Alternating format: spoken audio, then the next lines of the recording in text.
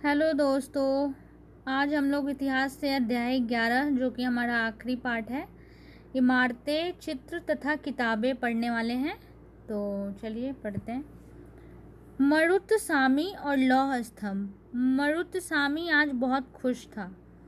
पाहिएदार कुर्सी में बिछाकर उसका भाई उसे कुतुब मीनार दिखाता हुआ प्रसिद्ध लौह स्तंभ के सामने ले आया। धूल भरे पथरीले रास्तों से रैंप के सहारे यहाँ तक आना काफ़ी मुश्किल था। अपने इस अनुभव को मरुतसामी कभी नहीं भूल पाएगा। धातु विज्ञान। प्राचीन भारतीय धातु वैज्ञानिकों ने विश्व धातु विज्ञान के क्षेत्र में प्रमुख योगदान दिया है। पुरातात्विक खुदाई ने यह दर्शाया है कि हड़प्पा वासी कुशल शिल्पी थे और उन्हें तांबे के धातु कर्म धातु शोधन की जानकारी थी। उन्होंने तांबे और टीन को मिलाकर कांसा भी बनाया था। जहां हड़प्पा वासी कांस्य युग से जुड़े थे, वहीं उनके उत्तराधिकारी लौह युग से संबंधित थे। भारत अत्यंत विकसित किस्म के लोहे का निर्माण करता था। खोटा लोहा, पिटवा लोहा, ढलवा लोहा। लौह स्तंभ। महरौली दिल्ली, महरौली जो दिल्ली में एक इलाका है, जगह है, में कुतुब मीनार के परिसर में खड़ा यह लौह स्तंभ भारतीय शिल्पकारों की कुशलता का एक अद्भुत उदाहरण है। इसकी ऊंचाई 7.2 मीटर और वजन 3 टन से भी ज़्यादा है। इसका निर्माण लगभग 1500 साल पहले हुआ। इसके बनने के समय की जानकारी हमें इस पर खुदे अभिलेख से मिलती है। इसमें चंद्र नाम के एक शासक का जिक्र है जो संभवतः गुप्त वंश अध्याय 10 के थे। आश्चर्य की बात यह है कि इतने वर्षों के बाद भी इसमें जंग नहीं लगा है। ईंटों और पत्थरों की इमारतें हमारे शिल्पकारों की कुशलता के नमूने स्तूपों जैसी कुछ इमारतों में देखने को मिलते हैं। स्तूप का शाब्दिक अर्थ होता है टीला। हालांकि स्तूप विभिन्न आकार के थे, कभी गोल या लंबे तो कभी बड़े या छोटे।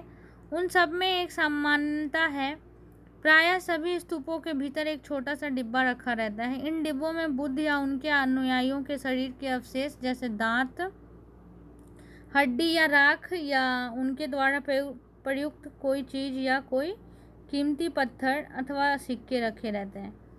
इसे धातु मंजूषा कहते हैं। प्रारंभिक स्तूप धातु मंजूषा के ऊपर रखा मिट्टी का टीला होता था। बाद में टीले को ईंटों से ढक दिया गया और बाद के काल में उस गुंबद नुमा ढांचे को तराशे हुए पत्थरों से ढक दिया गया।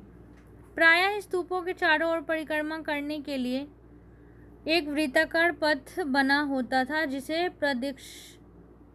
प्रदक्षिणा पथ कहते हैं। इस रास्ते को रेलिंग से घेर दिया जाता था जिसे वेदिका कहते हैं। वेदिका में प्रवेश द्वार बने होते थे। रेलिंग तथा तोरण प्रायः मूर्तिकला की सुंदर कलाकृतियों से सजे होते थे। मानचित्र 7 पृष्ठ 105 में अमरावती ढूंढो। यहाँ कभी एक भव्य स्तूप हुआ करता था। लगभग 2000 साल पहले इस स्तूप को सजाने के लिए शिलाओं पर चित्र उकेरे गए हैं। कई बार पहाड़ियों को काट कर बनावटी गुफाएं बनाई जाती थी। इस तरह की कई गुफाओं को मूर्तियों तथा चित्रों द्वारा सजाया जाता था। इस काल में कुछ आरंभिक हिंदू मंदिरों का भी निर्माण किया गया। इन मंदिरों में विष्णु, शिव तथा दुर्गा जैसी देवी देवताओं की पूजा होती थी। मंदिरों का सबसे महत्वपूर्ण भाग गर्भगृह होता था, जहां मुख्य देवी या देवता की मूर्ति को रखा जाता था। इसी स्थान पर पुरोहित धार्मिक अनुष्ठान करते थे और भक्त पूजा करते थे। अक्सर गर्भगृह को एक पवित्र स्थान के रूप में दिखाने के लिए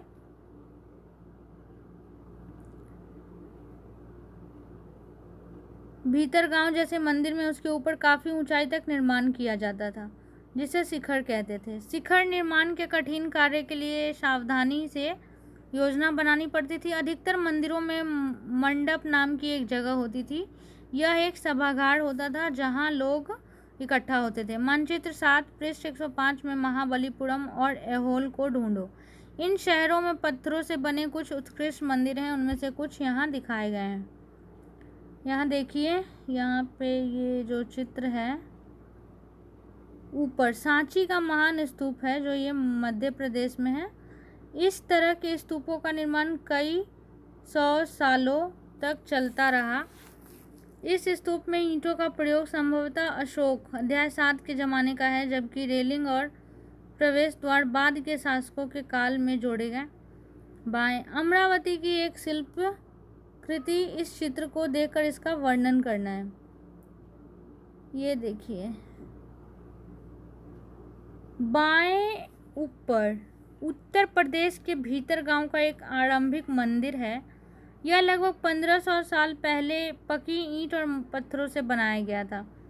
दाएं ऊपर महाबलीपुरम के आकस्मिक मंदिर है।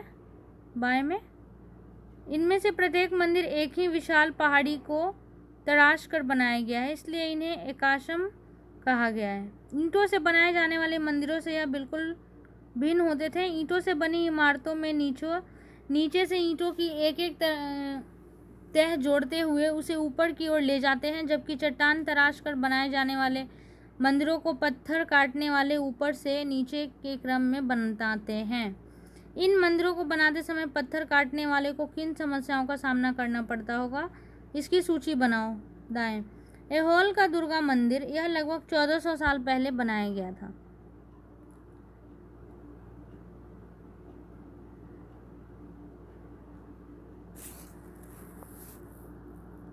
ये देखिए, ये भीतर गांव जैसे मंदिरों में उसके ऊपर काफ़ी ऊंचाई तक निर्माण किया जाता था, जिसे शिखर कहते थे। शिखर निर्माण के कठिन कार्य के लिए सावधानी से योजना बनानी पड़ती थी। अधिकतर मंदिरों में मंडप नाम की एक जगह होती थी। यह एक सभागार होता था जहां लोग इकट्ठा होते थे।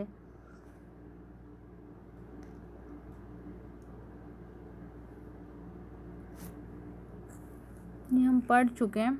मानचित्र 7 पृष्ठ 105 में महाबलीपुरम और ऐहोल को ढूंढो। इन शहरों में पत्थरों से बने कुछ उत्कृष्ट मंदिर हैं। इनमें से कुछ यहाँ दिखाए गए हैं।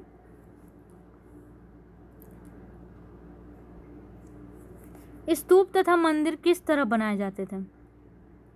स्तूपों तथा मंदिरों को बनाने की प्रक्रिया में कई अवस्थाएं आती थी। इसके लिए काफ़ी धन खर्च होता था, इसलिए आमतौर पर राजा या रानी ही इन्हें बनवाने का निश्चय करते थे। पहला काम अच्छे किस्म के पत्थर ढूंढकर शिलाखंडों को खोदकर निकालना होता था। फिर मंदिर या स्तूप के लिए सोच विचार कर तय किए गए स्थान और पर शिलाखंडों को पहुंचाना होता था। यहाँ पत्थरों को काट छाँट कर तराशने के बाद खंभों, दीवारों की चौखटों, फर्शों तथा छतों का आकार दिया जाता था। इन सब के तैयार हो जाने पर सही जगहों पर उन्हें लगाना काफ़ी मुश्किल का काम था। यहाँ देखिए, बाएं, उड़ीसा का जैन मठ है। ये एक पहाड़ी को खोदकर इस 2 मंजिली इमारत को बनाया गया है। कमरों के प्रवेश द्वारों को ध्यान से देखो। इनमें जैन भिक्षु रहते और ध्यान करते थे। पृष्ठ 14 पर दिए गए चित्र अध्याय 2 और यहाँ दिखाई गई गुफाओं में क्या अंतर है? अंतर बताइए आप दोनों को देख के। नीचे राष्ट्रीय संग्रहालय नई दिल्ली से एक मूर्ति का चित्र है। क्या तुम यहाँ देख पा रहे हो कि किस प्रकार गुफाओं की खुदाई की गई होगी? इस तरह के शानदार ढांचों का निर्माण करने वाले शिल्पकारों को सारा खर्च संभवतः राजा रानी ही देते थे। इसके अतिरिक्त इन स्तूपों या मंदिरों में आने वाले भक्त जो उपहार अपने साथ लाते थे, उनसे इमारत की सजावट की जाती थी। जैसे हाथी दांत का काम करने वाले श्रमिकों के संघ ने सांची के एक अलंकृत प्रवेश द्वार तोरण को बनाने का खर्च दिया था। इनकी सजावट के लिए पैसे देने वालों में व्यापारी, कृषक, माला बनाने वाले, इत्र बनाने वाले, लोहार, सुनार तथा ऐसे कई स्त्री पुरुष शामिल थे जिनके नाम खंभों, रेलिंगों तथा दीवारों पर खुदे हैं। इसलिए जब तुम इन स्थानों को देखने जाओ तो याद रखना कि कितने सारे लोगों ने इन्हें बनाने और सजाने में अपना योगदान दिया था। अध्याय 8 के पृष्ठ 83 पर दिए चित्र की तरह तुम भी मंदिरों तथा स्तूपों के निर्माण के दौरान आने वाले विभिन्न चरणों का चित्र बनाओ। चित्रकला। मानचित्र 7 में अजंता को ढूंढो। यह वह जगह है जहाँ के पहाड़ों में सैकड़ों सालों के दौरान कई गुफाएं खोदी गई। इनमें से ज़्यादातर बौद्ध भिक्षुओं के लिए बनाए गए विहार थे। इनमें से कुछ को चित्रों द्वारा सजाया गया था। यहाँ उनके कुछ उदाहरण दिए गए हैं। गुफाओं के अंदर अंधेरा होने की वजह से अधिकांश चित्र मशालों की रोशनी में बनाए गए थे। इन चित्रों के रंग 1500 साल बाद भी चमकदार हैं। ये रंग पौधों तथा खनिजों से बनाए गए थे। इन महान कृतियों को बनाने वाले कलाकार अज्ञात हैं। ये देखिए, अजंता के चित्र, तुम्हें इनमें से प्रत्येक चित्र में जो दिखता है उसका वर्णन करो। जो भी आप चित्र में देखें उसका वर्णन कीजिए और हमें कमेंट्स के द्वारा बताइए। पुस्तकों की दुनिया। इस युग में कई प्रसिद्ध महाकाव्यों की रचना की गई। इन उत्कृष्ट रचनाओं में स्त्री पुरुषों की वीर गाथाएं तथा देवताओं से जुड़ी कथाएं हैं। करीब 1800 साल पहले एक प्रसिद्ध तमिल महाकाव्य शिल्पदिकारम की रचना इलांगो नामक कवि ने की। इसमें कोवलन नाम के एक व्यापारी की कहानी है। वह पुहार में रहता था। अपनी पत्नी कन्नगी की उपेक्षा कर वह एक नर्तकी माधवी से प्रेम करने लगा। बाद में वह और कन्नगी पुहार छोड़कर मदुरै चले गए। वहाँ पांड्य राजा के दरबारी जौहरी ने कोवलन पर चोरी को झूठा आरोप लगाया, जिस पर राजा ने उसे प्राणदंड दे दिया। कन्नगी, जो अभी भी उससे प्रेम करती थी, इस अन्याय के कारण दुख और रोष से भर गई। उसने मदुरै शहर का विनाश कर डाला। शिल्पादिकारम से लिया गया एक वर्णन। यहाँ कवि ने कन्नगी के दुख का इस तरह वर्णन किया है। ओ मेरा दुख तो देखो, तुम मुझे सांत्वना तक नहीं दे सकते। क्या यह सही है कि विशुद्ध सोने से भी सुंदर तुम्हारा शरीर बिना धूल से सना यूं ही पड़ा है? यह कहाँ का न्याय है कि गोधूली की इस स्वर्णिम आभा में फूलमाला से ढके सुंदर वक्ष स्थल वाले तुम जमीन पर गिरे पड़े हो। मैं अकेली असहाय और हताश होकर खड़ी हूँ। क्या ईश्वर नहीं है? क्या इस देश में ईश्वर नहीं है? पर क्या उस स्थान पर ईश्वर रह सकते हैं जहाँ के राजा की तलवार निर्दोष नवागंतुक के प्राण ले लेती है? क्या ईश्वर नहीं है? नहीं है। एक और तमिल महाकाव्य मणिमेखलाई को करीब 1400 साल पहले सतनाड द्वारा लिखा गया है। इसमें कोवलन तथा माधवी की बेटी की कहानी है। ये रचनाएं कई सदियों पहले ही खो गई थी। उनकी पांडुलिपियां दोबारा लगभग 100 साल पहले मिली। अन्य लेखक जैसे कालिदास, जिनके बारे में तुमने अध्याय 10 में पढ़ा है, संस्कृत में लिखते थे। मेघदूत का एक श्लोक। यहाँ उनकी सबसे प्रसिद्ध रचना मेघदूत से एक अंश दिया गया है। यहाँ एक विरही प्रेमी बरसात के बादल को अपना संदेशवाहक बनाने की कल्पना करता है। देखो इसमें किस तरह कवि ने बादलों को उत्तर की ओर ले जाती ठंडी हवा का वर्णन किया है। तुम्हारे बौछारों से मुलायम हो उठी मिट्टी की भीनी खुशबू से भरे हाथियों की सांस में बसी जंगली गुलर को पकाने वाली शीतल बयार तुम्हारे साथ धीरे धीरे बहेगी। क्या तुम्हें लगता है कि कालिदास को प्रकृति प्रेमी कहा जा सकता है? पुरानी कहानियों का संकलन तथा संरक्षण। हिंदू धर्म से जुड़ी कई कहानियाँ जो बहुत पहले से प्रचलित थी, इसी काल में लिखी गई। इनमें पुराण भी शामिल है। पुराण का शाब्दिक अर्थ है प्राचीन या पुराण। पुराणों में विष्णु, शिव, दुर्गा या पार्वती जैसी देवी देवताओं से जुड़ी कहानियां हैं। इनमें इन देवी देवताओं की पूजा की विधियां दी गई हैं। इसके अतिरिक्त उनमें संसार की सृष्टि तथा राजाओं के बारे में भी कहानियां हैं। अधिकतर पुराण सरल संस्कृत श्लोक में लिखे गए हैं, जिससे सब उन्हें सुन और समझ सके। स्त्रियां तथा शूद्र, जिन्हें वेद पढ़ने की अनुमति नहीं थी, वे भी इसे सुन सकते थे। पुराणों का पाठ पुजारी मंदिरों में किया करते थे, जिसे लोग सुनने आते थे। 2 संस्कृत महाकाव्य महाभारत और रामायण लंबे अरसे से लोकप्रिय रहे हैं। तुम में से भी कुछ बच्चे इन कहानियों से परिचित होंगे। महाभारत कौरवों और पांडवों के बीच युद्ध की कहानी है। इस युद्ध का उद्देश्य पुरु वंश की राजधानी हस्तिनापुर की गद्दी प्राप्त करना था। यह कहानी तो बहुत ही पुरानी है, पर आज इसे हम जिस रूप में जानते हैं वह करीब 1500 साल पहले लिखी गई। माना जाता है कि पुराणों और महाभारत दोनों को ही व्यास नाम के ऋषि ने संकलित किया था। महाभारत में ही भगवत गीता भी है, जिसके बारे में तुमने अध्याय 9 में पढ़ा था। रामायण की कथा कौशल के राजकुमार राम के बारे में है। उनके पिता ने उन्हें वनवास दे दिया था। वन में उनकी पत्नी सीता का लंका के राजा रावण ने अपहरण कर लिया था। सीता को वापस पाने के लिए राम को लड़ाई लड़नी पड़ी। वे विजयी होकर कौशल की राजधानी अयोध्या लौटे। महाभारत की तरह ही रामायण भी एक प्राचीन कहानी है जिसे बाद में लिखित रूप दिया गया। संस्कृत रामायण के लेखक वाल्मीकि माने जाते हैं। इस उपमहाद्वीप के विभिन्न भागों में महाभारत और रामायण के भिन्न भिन्न रूपांतरण लोकप्रिय हैं। इनके आधार पर नाटक, गीत और नृत्य परंपराएं भी उभरी। पता करो तुम्हारे राज्य में कौन सा रूपांतर प्रचलित है। आम लोगों द्वारा कही जाने वाली कहानियाँ। आम लोग भी कहानियाँ कहते थे, कविताओं और गीतों की रचना करते थे, गाना गाते थे, नाचते थे और नाटकों को खेलते थे। इनमें से कुछ तो इस समय के आसपास जातक और पंचतंत्र की कहानियों के रूप में लिखकर सुरक्षित कर लिए गए। जातक कथाएं तो अक्सर स्तूपों की रेलिंगों तथा अजंता के चित्रों में दर्शाई जाती थी। इनमें से एक कहानी अगले पृष्ठ पर दी गई है। बंदर राजा की कहानी। एक समय बंदरों का एक महान राजा हुआ। वह हिमालय पर गंगा के किनारे अपने 80,000 अनुयायियों के साथ रहता था। इन सारे बंदरों को एक खास आम के पेड़ के फल बहुत प्रिय थे। ये आम बड़े मीठे होते थे। इतने स्वादिष्ट आम धरातल पर नहीं उगते थे। एक दिन एक पका हुआ आम गंगा नदी में गिरकर बहते बहते वाराणसी पहुंच गए। उस वक्त नदी में वहां का राजा नहीं रहा था। उसे वह आम मिला। उसे चखकर वह हैरान रह गया। उसने अपने राज्य के जंगलों की देखभाल करने वालों से पूछा कि क्या वे इस आम के पेड़ को ढूंढ सकते हैं या नहीं। वे राजा को हिमालय की पहाड़ी पर ले गए। वहां पहुंचकर राजा तथा उसके दरबारियों ने खूब आम खाए।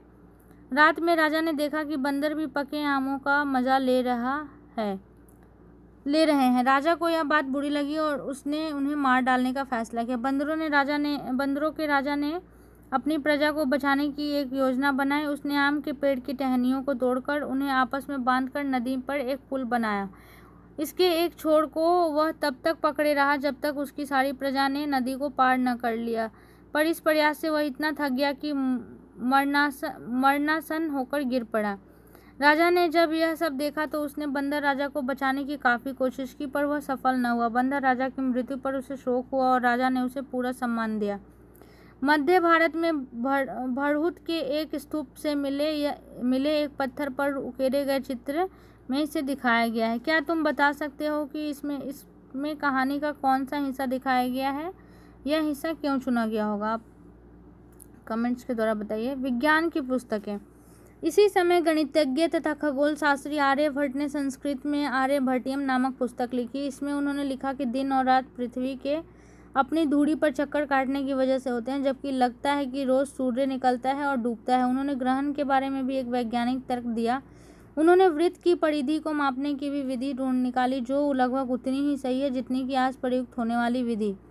वराह मिहिर, ब्रह्मगुप्त और भास्कराचार्य कुछ अन्य गणितज्ञ और खगोलवेत्ता थे जिन्होंने कई खोजें की इनके बारे में और पता लगाया।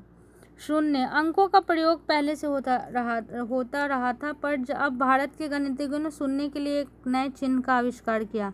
गिनती की यह पद्धति अरबों द्वारा अपनाई गई और तब यूरोप में भी फैल गई। आज भी यह पूरी दुनिया में प्रयोग की जाती है। रोम के निवासी शून्य का प्रयोग किए बगैर गिनती करते थे। उसके बारे में और भी जानकारी हासिल करने की कोशिश की। आयुर्वेद चिकित्सा विज्ञान की एक विख्यात पद्धति है जो प्राचीन भारत में विकसित हुई। प्राचीन भारत में आयुर्वेद के 2 प्रसिद्ध चिकित्सक थे, चरक प्रथम 2वीं शताब्दी ईस्वी और श्रुत 4वीं शताब्दी ईस्वी। चरक द्वारा रचित चरक संहिता औषधि शास्त्र की एक उल्लेखनीय पुस्तक है। अपनी रचना सुश्रुत संहिता में सुश्रुत ने शल्य चिकित्सा की विधियों का विस्तृत वर्णन किया है। अन्यत्र कागज आज हमारे रोज़मर्रा की ज़िंदगी का हिस्सा बन गया। जो किताबें हम पढ़ते हैं वे कागज़ पर छपी होती हैं। उसी तरह लिखने के लिए हम कागज़ का ही उपयोग करते हैं। कागज़ का आविष्कार करीब 1900 साल पहले काई लून नाम के व्यक्ति ने चीन में किया। काई लून, उसने पौधों के रेशों, कपड़ों, रस्सियों और पेड़ की छालों को पीट कर लुगदी बनाकर उसे पानी में भिगो दिए। फिर उस लुगदी को दबाकर उसका पानी निचोड़ और तब सुखाकर कागज़ बनाया। आज भी हाथ से कागज़ बनाने के लिए इस विधि को अपनाया जाता है। कागज़ बनाने की तकनीक को सदियों तक गुप्त रखा गया। करीब 1400 साल पहले यह कोरिया तक पहुंची। इसके तुरंत बाद ही यह जापान तक फैल गई। करीब 1800 साल पहले यह बगदाद में पहुंची। फिर बगदाद से यह यूरोप, अफ्रीका और एशिया के अन्य भागों में फैली। इस उपमहाद्वीप में भी कागज की जानकारी बगदाद से ही आई। प्राचीन भारत की पांडुलिपियां किस चीज पर तैयार की जाती थी? एवन उपयोगी शब्द कुछ दिए गए हैं: स्तूप, मंदिर, चित्रकला, महाकाव्य, कहानी, पुराण, गणित, विज्ञान। तो दोस्तों ये हमारा आखिरी लेसन था, जो उम्मीद है कि आप लोगों को अच्छे से समझ में आया होगा। और आप लोग इसको एक बार और पढ़िए, सुनिए, समझिए और इसके जो क्वेश्चंस है उसके आंसर्स हमें कमेंट्स के द्वारा बताइए। मिलते हैं हम लोग। धन्यवाद।